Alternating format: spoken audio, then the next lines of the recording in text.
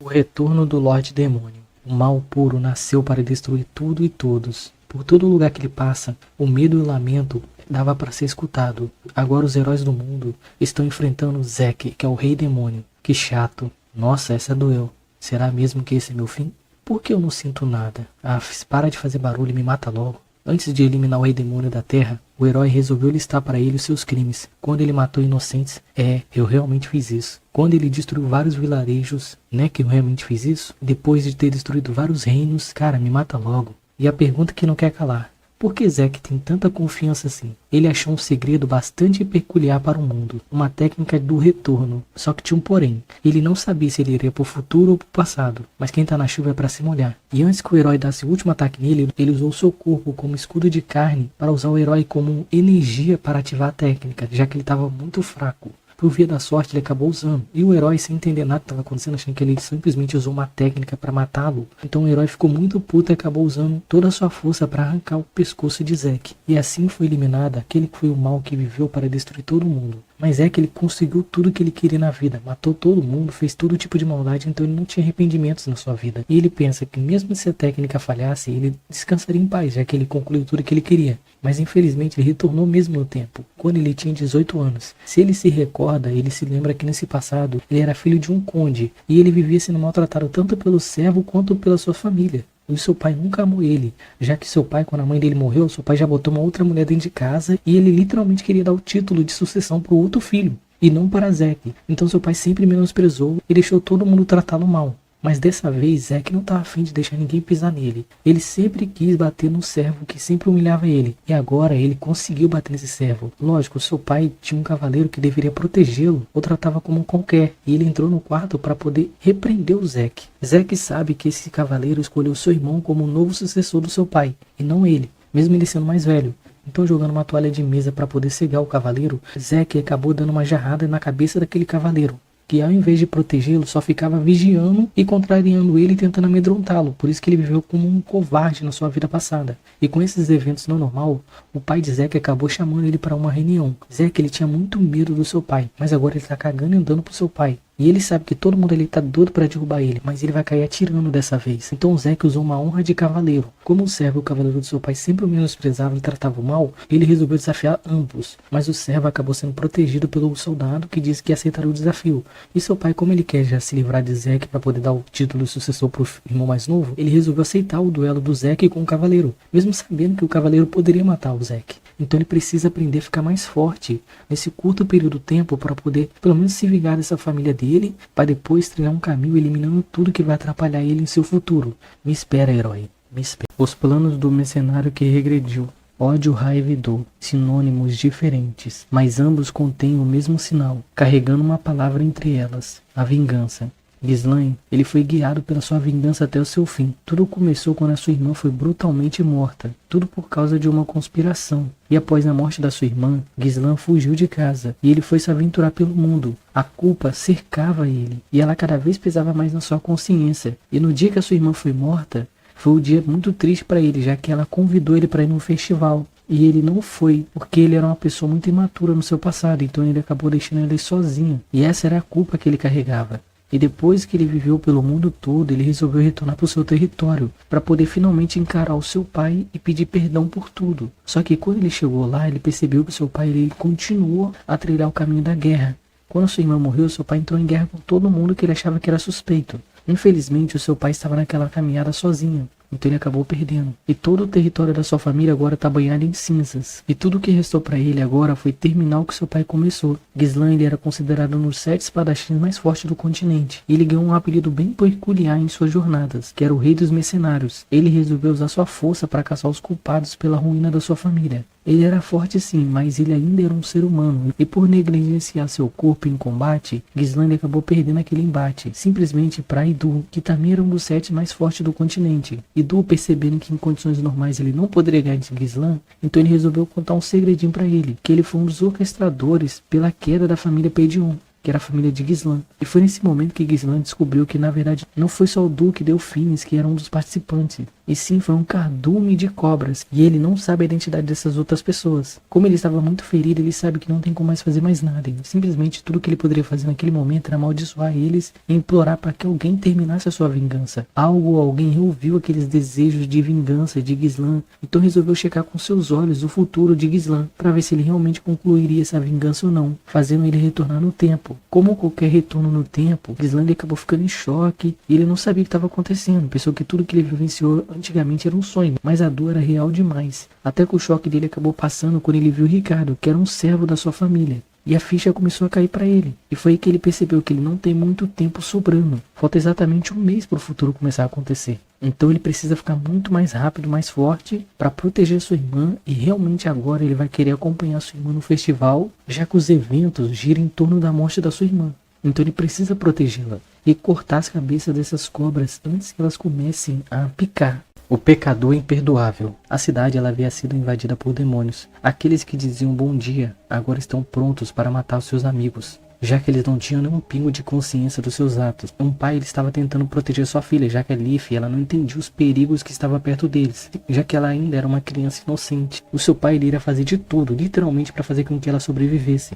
Ele sabe que tinha uma maneira de salvá-los. Havia um homem naquela vila que poderia lidar com aqueles monstros. Só que Dante, ele se recusou a salvá-los. Dante, ele era um caçador de demônios. Ele não queria mais salvar as pessoas daquela cidade, já que ele era um guardião daquela cidade. Mas porque os cidadãos tinham muito medo do seu poder, eles acabaram acusando ele falsamente e acabaram traindo eles como conspirador do demônio, prendendo ele em correntes que continham seu poder. E agora eles querem a sua ajuda. Dante ele avisa para ele que jamais ajudaria eles. Porém, viu o desespero de um homem à beira da morte tentando salvar sua filha, comoveu seu coração. O pai daquela criança resolveu pagar os serviços de Dante com a sua própria vida. Como os ferimentos do seu corpo eram ferimentos mortais, ele sabia que ele iria morrer. Ele disse para Dante que ele só poderia partir depois que Leaf estivesse a salvo, aí sim ele poderia morrer em paz. Isso fez com que Dante se comovesse e resolvesse ajudar eles. Entretanto, seres radicais eles não entendem o bom senso, e Dante, como sabe que aquelas pessoas já foram humanos, ele resolveu dar uma chance. Se eles fossem embora, ele não mataria eles. Mas seres radicais eles não temem a sua própria vida. Então Dante, como um ato de misericórdia, ele resolveu ceifar a vida de todos eles ali. Após ele concluir o desejo do pai daquela criança, Dante ele diz para Leaf, ele diz para ela que seu pai está descansando num lugar em paz. Ele iria levá-la para um lugar seguro, assim como os desejos do seu pai. Infelizmente ou felizmente, antes deles saírem da cidade, o padre que transformou aqueles humanos em mortos-vivos apareceu, que era um dos inimigos que acabou seduzindo os cidadãos a trair Dante. Ferrugem. Os porcos eles são 95% similares aos seres humanos. Quando dissecar humanos era considerado um tabu, porcos eles eram cobaias perfeitos para isso. Maru ele era um simples funcionário da alimentação pecuária mundial. O gerente de Maru ele era o Sr. Wang, que viu um grande talento em Maru, já que para ser um açougueiro, você precisa primeiro ser acima da média, tanto que o teste para entrar na empresa era um teste bem peculiar. Se você fosse uma pessoa sensível, seria muito mais difícil para você entrar. Wang ele só pediu uma coisa no teste, já que você precisa desmembrar animais para poder coletar as suas carnes, você também precisava matar um para saber como é que é ver esse animal antes dele estar morto na sua frente. Isso seria um sinal de respeito com aquele animal. Era simplesmente isso. A maioria das pessoas fugiam do teste, já que sentiam remorso e pena do animal. Mas Maru não, ele era totalmente diferente. Ele matou o porco sem nenhum tipo de hesitação. E por isso Wang via nele um talento inestimável e resolveu treiná-lo pessoalmente para ele se tornar o melhor açougueiro do mundo. Maru ele era o homem da sua casa, ele que sustentava sua mãe e sua irmã, e como o salário não condizia mais com a renda deles, ele pediu para o Sr. Wang para que ele desse um trabalho extra para ele, para poder aumentar a sua renda. Wang sabia que Maru só tinha 1 ano de experiência, mas ele resolveu testá-lo e dar uma chance para ele, o enviando para o Japão. Era um trabalho bem simples. Tudo que ele precisava fazer era ficar 7 meses lá e o salário seria bom. Maru achou que seria mamão com açúcar e ele resolveu ir. Ele iria fazer o mesmo trabalho que ele faz na Coreia e ganharia mais. Só que o trabalho ele era muito diferente do que ele pensava. Ele precisava dissecar o animal, deixando somente os ossos. E no meio do seu trabalho sempre tinha uma pessoa vigiando ele. Mesmo faltando 1 mês para ele ir embora, Maru resolveu questionar o Wang que queria voltar naquele momento, já que ele se sentia muito pressionado nesse trabalho no Japão. Wang ele disse para que ele não se acovardasse, ele ficasse esse último mês e depois ele poderia retornar para a Coreia, já que ele precisava desse serviço para ser guiado no futuro. Maru ele resolveu fingir que nada estava acontecendo, até dar o seu último dia de trabalho, não falando nada, não questionando nada. E chegou no último dia dele ir embora. Ele simplesmente iria fazer aquele último ali, ia pegar os últimos ossos do animal, ia dar pro cara e ir embora. Simplesmente só isso que ele poderia fazer. Só que tinha um porém. O Japão ele é conhecido por ter terremotos. Infelizmente teve um no seu dia de ir embora. Os ossos que estavam na mão de um dos capangas caiu e uma poeira subiu. Maru resolveu fingir que nada estava acontecendo, ele não viu nada, ele não tá cheirando nada. Só que um dos capangas, que era novato, falou em japonês para o outro capanga que aquilo ali era cocaína. E o capanga que vigiava Maru nesses últimos 7 meses falou para aquele capanga novato que ele era muito burro, já que Maru também sabia o japonês. Então esse capanga que ficou 7 meses com Maru, ele teria que eliminá-lo. Maru naquela cena, ele só lembrava do Sr. Wang. Todos reprovaram no teste que o Sr. Wang fez para se tornar um açougueiro. Maru ele concluiu exemplarmente. Ele não teve nenhum remorso após matar aquele animal. Ele perguntou para o Sr. Wang: se os porcos são 95% similares aos seres humanos, será que eu matei um ser humano? Sistema do conquistador inigualável. Você sabe por que as pessoas sempre evitam arrumar confusão? Porque bancar o herói pode levar a 2 tipos de resultado. O primeiro resultado pode dar certo e o segundo pode dar muito errado. O nosso protagonista teve o seu ônibus sequestrado por bandidos e uma das passageiras seria abusada. E ele achou que seria bem legal ele bancar o herói. E no fim a sua vida seria ceifada pela mão da pessoa que ele achou que iria proteger. Tudo por causa de uma falsa ilusão que se ela matasse ele, eles não iriam abusar dela. E foi assim que nosso prota morreu, bancando o herói. E ele prometeu que se ele reencarnasse em outra vida, ele não iria mais ser o herói, já que os heróis sempre se ferram, e ele agora seria um vilão se ele reencarnasse. O sistema do Conquistador Inigualável achou aquilo bem interessante. Ver alguém tão puto como ele à beira da sua morte, isso deixou ele bem intrigado,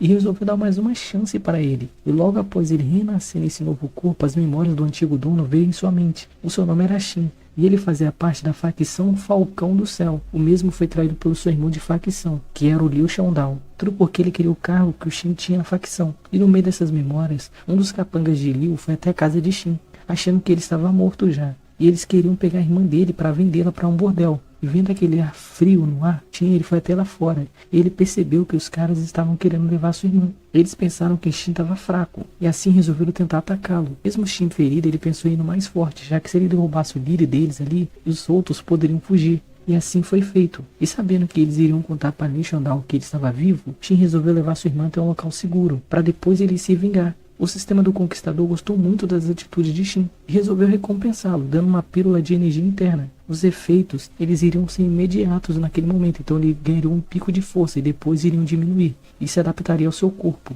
E além disso, ele ainda deu uma missão para Shin. Em 3 dias, ele teria que matar Liu Xiaodao e retornar ao lugar dele da facção de novo. Se ele não conseguisse recuperar o seu lugar na facção e matasse Liu Xiaodao em 3 dias, um dos seus braços seria decepado. Shin, ele não queria esperar até dar 3 dias. Ele queria cortar logo a cabeça daquela cobra. E depois de uma breve luta com seus ex-amigos de facção, Shin ele concluiu sua vingança. A facção que eles estavam tinha vários níveis. E ele não queria simplesmente ser só um líder medíocre dessa facção. Então ele achou que seria muito bom esse sistema que ele está, já que ele poderia concluir nas suas missões e ficando mais forte para que sim ele subisse acima do topo da facção, roubando o lugar das pessoas que estão no níveis mais altos que ele, até chegar no líder e roubar o lugar do líder e colocar tipo um bloqueio para que ninguém consiga roubar o seu lugar de líder e matar todo mundo que tentar fazer isso. A Casa do Tempo. Era uma vez alguém que não poderia sonhar, já que os seus sonhos não eram dela. Com o passar dos anos, a cada fuga mal sucedida, ela perdia mais e mais as suas esperanças. Os escravos, eles não poderiam sonhar. E após mais uma fuga que deu errado,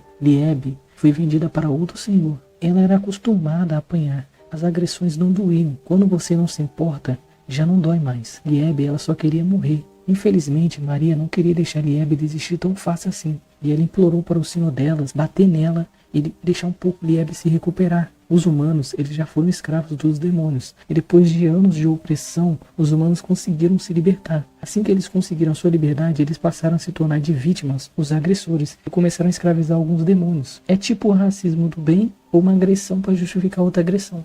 Maria, ela diz para Lieb para ela não perder a esperança. Ela tinha um plano para que as duas pudessem fugir dessa prisão. Quando anoitecesse, ela ia queimar um lado do castelo. Quando eles forem lá para tentar apagar aquele fogo, as duas iriam fugir até a montanha. Lá habitava alguém que poderia salvá-las. Quando anoiteceu, Lieb, ela foi atrás de Maria para que elas pudessem começar aquele plano. Mas o senhor delas era cruel e perverso demais. E ele percebeu que a Maria estava tramando alguma coisa. Ele foi atrás dela. E quando ele viu ela pegando um galão de gasolina, ele acabou golpeando ela pelas costas. E acabou acertando a cabeça dela e dando um traumatismo craniano. Ela morreu na hora. Lieb, ao ver o corpo de Maria e sabendo que a Maria queria que ela fugisse dali, e não se lamentasse agora, deixasse para chorar depois, a mesma resolveu fugir e ir até o ponto mais alto da montanha. Lá existia alguém que poderia salvá-las e até talvez poderia ajudá-la a vingar Maria desse monstro cruel que era o dono delas, que achavam que elas só eram um objeto descartáveis. Pessoal, esse manual ele é novo. Eu vou deixar para vocês descobrirem se Liebe vai conseguir esse homem ir, o que vai acontecer com Liebe, será que ela vai se ferrar mais? Será que a vida dela vai ser mais tranquila depois que esse tal ser for ajudar ela?